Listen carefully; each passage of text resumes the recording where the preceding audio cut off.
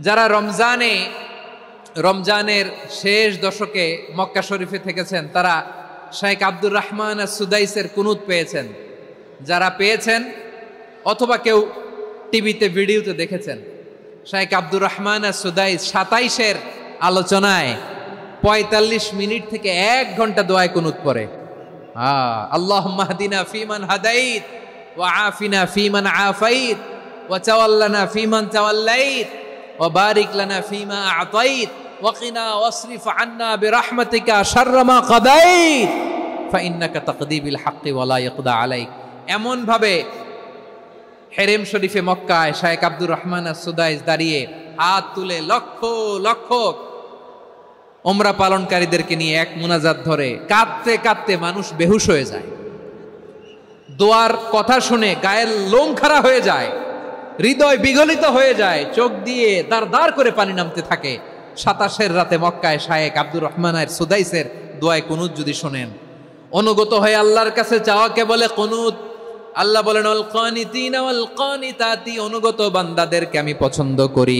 এরপরে আল্লাহ তাআলা বলেন আল কানিতিনা ওয়াল কানিতাত, অনুগত নারী ও পুরুষ, অনুগত obedient to Allah, they present their highest loyalty to Allah, যারা আল্লাহর সামনে নিজেদের আনুগত্যের সর্বোচ্চ নমুনা পেশ করে, যারা আল্লাহর সামনে অনুগত হয়ে অটল থাকে, আল্লাহর আনুগত্যে নিজেকে যারা পেশ করে তাদেরকে বলে কানিতিন কানিতাত, অনুগত বান্দা এবং বান্দি, অনুগত পুরুষ এবং নারী।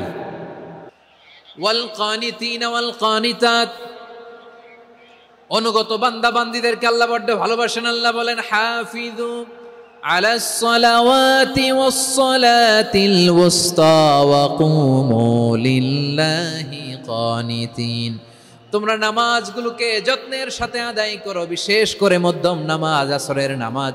আর আমি আল্লাহর সামনে যখন দাঁড়াবা অনুগত হয়ে দাঁড়াবা। আল্লাহর সামনে নামাজে যখন দাঁড়াবো অনুগত হয়ে দাঁড়াবো। আনুগত্যের সর্বোচ্চ টুকুন আমরা আল্লাহর সামনে পেশ করব।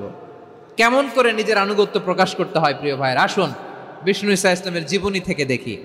আল্লাহর হাবিব রাহমাতাল লিল আলামিন কেমন করে তিনি আল্লাহর সামনে আনুগত্য পেশ করতেন। আম্মা জানা আয়েশা রাদিয়াল্লাহু তাআলা আনহা বলেন, কানা ইয়াকুমু মিনাল লাইলি হাত্তা তাতাফাত্তারা কদামা, আমার নবী তাহাজ্জুদের যায় নামাজে যখন দাঁড়াতেন, এত লম্বা সময় দাঁড়িয়ে দাঁড়িয়ে তিনি কিয়াম করতেন, কেরাত পড়তেন। দাঁড়িয়ে থাকতে থাকতে থাকতে থাকতে আমার নবীর বরকতপূর্ণ, আমার নবীর মুবারক পা দুটো এরকম ফুলে যেত। আমার নবীর পা গুলো ফুলে যেত দাঁড়িয়ে থাকতে থাকতে, বিষ্ণু ঈসা ইসলামের পা ফুলে যেত। আম্মা জান আয়েশা এটা খেয়াল করতেন। খেয়াল করে বলতেন, ইয়া রাসূলুল্লাহ কদ গফারাল্লাহু লাকা মা তাকদ্দামা মিন যামবিকা ওয়া মা তাআখার। ও নবী, নিজের দেহের উপর কেন এত কষ্ট দেন? কেন রাত জেগে এরকম তাহাজ্জুদের জায়নামাজে দাঁড়িয়ে থাকতে থাকতে পা দুটো আপনার ফুলে যায়? কেন কষ্ট করেন? আল্লাহ কি বলে নাই, ও নবী আপনার আগের গুনাহ মাফ, পরের গুনাহ মাফ? আসলে বিশ্ব নবীর কোনো গুনাহই নাই। নবীরা মাসুম হয়, নিষ্পাপ হয়। তারপরে বিশ্ব নবীর মর্যাদা স্ট্যাটাস বোঝানোর জন্য আল্লাহ বলেন, নবী আপনার আগের পরের সব গুনাহ আমি আল্লাহ মাফ করে দিলাম। আম্মা জানা এসে বলে, না নবী, আগের গুনাহ মাফ, পরের গুনাহ মাফ, আপনি মাসুম নিষ্পাপ, তারপরেও তাহাজ্জুদের জায়নামাজে কেন এত কষ্ট করেন?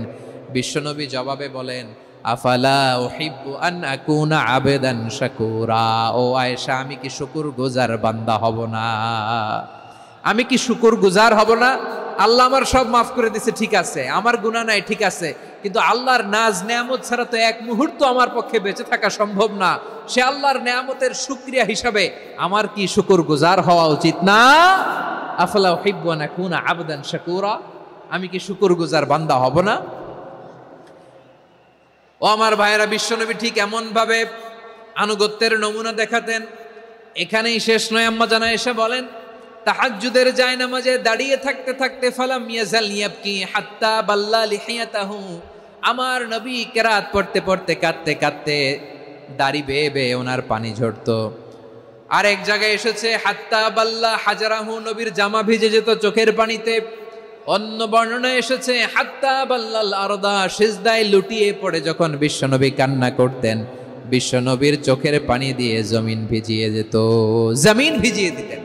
কি আনুগত্য, কি আনুগত্য। এরপরে নামাজ শেষে দোয়ার মধ্যে বিশ্বনবী বলতেন আল্লাহুম্মা ইন্নী আবদুক, ও আমার আল্লাহ আমি আপনার দাস, ওয়াবনু আবদিক, দাসের ঘরের দাস, ওয়াবনু আমাতিক, দাসীর ঘরের দাস। সুবহানাল্লাহ, কি বিনয়। দোয়াতে বলতেন আল্লাহ আমি আপনার দাস, দাসের ঘরের দাস মানে আমার বাবা আব্দুল্লাহ আপনার দাস, দাসীর ঘরের দাস মানে আমার মা আমিনা আপনার দাস। সুবহানাল্লাহ। নাসিয়াতি বিয়াদিক, আমার মাথার চুলের ঝুঁটি আপনার হাতের মুঠোয়, আপনি যেখানে টানেন ওইখানে আমি যেতে বাধ্য। আপনি আমার চুল ধরে ডানে টান দিলে আমি ডানে যাই, বায়ে টান দিলে আমি বায়ে যাই, আমার কোনো ক্ষমতা নাই, সব ক্ষমতা আপনার। দেখেন, যেই নবীর কোনো গুনাহ নাই উনি দোয়ার সময় বলতেন আল্লাহ আমি আপনার দাস, দাসের ঘরের দাস, দাসীর ঘরের দাস, আমার মাথার চুলের ঝুঁটি আপনার হাতের কবজার ভিতরে, এদিকে টান দিলে আমি এদিকে যেতে বাধ্য, ওদিকে টান দিলে ওদিকে যেতে বাধ্য। যেই নবীর কোনো গুনাহ নাই নামাজে দাঁড়িয়ে থাকতে থাকতে পা ফুলায় ফেলতেন। যেই নবী নিষ্পাপ, কোনো গুনাহ নাই, কাঁদতে কাঁদতে দাড়ি ভিজায় ফেলতেন, জামা ভিজায় ফেলতেন, সিজদায় পড়ে জমিন ভিজায় ফেলতেন। পড়েন সুবহানাল্লাহ। তাহলে আমাদেরকে কেমন অনুগত হওয়া উচিত? আমাদের তো গুনাহ নাই নাকি? বিশ্বনবীর যেমনি গুনাহ নাই আমাদের তো গুনাহ নাই না? গুনাহ টুনা আছে আপনাদের? হ্যাঁ, যে বিশৃঙ্খলা করতেছেন গুনাহ তো নাই আপনাদের? হ্যাঁ, গুনাহ আছে আমাদের? গুনাহ নাই কার? দেখি হাত তোলেন তো, যে হুজুর আমি কোনোদিন কোনো পাপ করি নাই, নিষ্পাপ, বেগুনা, মাসুম, জান্নাত থেকে পালায় আসছি। জান্নাত থেকে পালায় আসছেন এরকম কে আছেন দেখি তো? আছে এরকম কেউ? আছে? নাই। আমরা সবাই পাপী, আমাদের পাপের কোনো শেষ নাই। আওয়াজ করে বলেন ঠিক কিনা? তাহলে আসুন আমরাও বিশ্বনবীর মতো অনুগত হই, অনুগত হয়ে আল্লাহর কাছে চাই। আল্লাহ বলেন قد أفلح المؤمنون الذين هم في صلاتهم خاشعون, সফল হয়েছে ওই ব্যক্তিরা যারা ঈমান এনেছে আর যারা নামাজের মুসল্লায় যখন দাঁড়ায় তারা বিনীতভাবে আল্লাহর সামনে দাঁড়ায়। নামাজের জায়নামাজে যখন দাঁড়াবো আমরা ভাববো হতে পারে এটাই আমার জীবনের শেষ নামাজ। আমার কলিজার টুকরা ময়মনসিংহের ভাইয়েরা, এই চিন্তাটা নামাজে যখন দাঁড়াই এই চিন্তাটা মাথায় রাখা যাবে? যাবে? যখন দাঁড়াবো ভাববো হতে পারে this could be my last and final সালাত, হতে পারে এটাই আমার জীবনের শেষ নামাজ। ঠিক কিনা বলেন?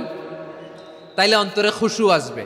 অনেকে বলে হুজুর নামাজে দাঁড়াই মনে থাকে না, কয় রাকাত পড়ছি ভুলে যায়, কি পড়ছি ভুলে যায়, দিন দুনিয়ার কথা খেয়াল আসে, সারা দিন যেটা মনে করতে পারি না নামাজে দাঁড়াইলে ওটা মনে পড়ে। এরকম আছে না নাই? আমাদের ঢাকায় হয় এটা, আপনাদের ময়মনসিংহে এটা হয় না? না আপনাদেরও হয়? নামাজের মধ্যে সব কথা মনে পড়ে। এজন্য মনে করতে হবে এটাই হতে পারে আমার জীবনের শেষ নামাজ। খুশু, খুশু মানে হৃদয় এবং অঙ্গ প্রত্যঙ্গের স্থিরতা। এক সাহাবী নামাজ পড়ছেন আবার দাড়ি নাড়তেছেন, নামাজ পড়তেছেন এরকম চুলকাচ্ছেন। এই দৃশ্য দেখে বিশ্বনবী বললেন ইন খাশাআত কলবুহু লা খাশাআত জাওয়ারিহুহু, তার অন্তরে যদি খুশু থাকতো ওই খুশুর প্রভাব তার হাতে পায়েও দেখা যেত। এই সাহাবীর অন্তরে খুশু নাই, ফলে তার হাত নড়ে, পা নড়ে, দাড়ি সোজা করে, টুপি সোজা করে। এরকম মুসল্লি আমাদের মসজিদগুলোর ভেতরেও আছে না নাই? নামাজ পড়ে, দাড়ি নাড়ে, জামা ঠিক করে না। নামাজে যখন দাঁড়াবো খুশু খুদুর সাথে দাঁড়াবো, কারণ আল খাশিঈনা ওয়াল খাশিআত, বিনীত বিনীত বান্দীদেরকে আল্লাহ পছন্দ করে। আবার আল্লাহ বললেন আমার বান্দীদের মধ্যে ওলামারা আমারে বেশি ভয় পায়, তাদের হৃদয়ে খুশু বেশি। কার কথা? ইন্নামা ইয়াখশাল্লাহা মিন ইবাদিহিল উলামা, আল্লাহর বান্দাদের মধ্য থেকে আলেমরা আল্লাহরে বেশি ভয় পায়। যারা জ্ঞানী, যার হৃদয়ে কোরআন সুন্নাহর জ্ঞান আছে, তারা আল্লাহকে বেশি ভয় পায়। এজন্য আল্লাহর ভয় আমাদের হৃদয়ে থাকার দরকার আছে না নাই?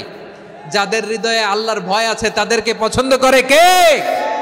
যাদের হৃদয়ে আছে আল্লাহর ভয় তারা কবু পথে ভুলে যায় না। আল্লাহর প্রেম ছাড়া এই দুনিয়ায় কারো কাছে কোনো কিছু চায় না। রাতের আধারে যারা সেজদাতে রয়, দু চোখের শ্রুতে নদী যেন বয়। ছলনার হাছানি যতই আসুক পেছনে ফিরেও সে তাকায় না। পড়েন সবাই। যাদের হৃদয়ে আছে আল্লাহর ভয়, তারা কভু পথ ভুলে যায় না। আল্লাহর প্রেম ছাড়া এই দুনিয়ায় কারো কাছে কোনো কিছু চাই না। ঠিক কি না? আল খাশিঈন আল খাশিআত, আমাদের হৃদয়টা থাকুক আল্লাহর ভয় দিয়ে সমৃদ্ধ। আমরা চাই কি চাই না? আল্লাহর ভয় যার হৃদয়ে থাকে সে কখনো পদস্খলিত হয় না, পদচ্যুত হয় না।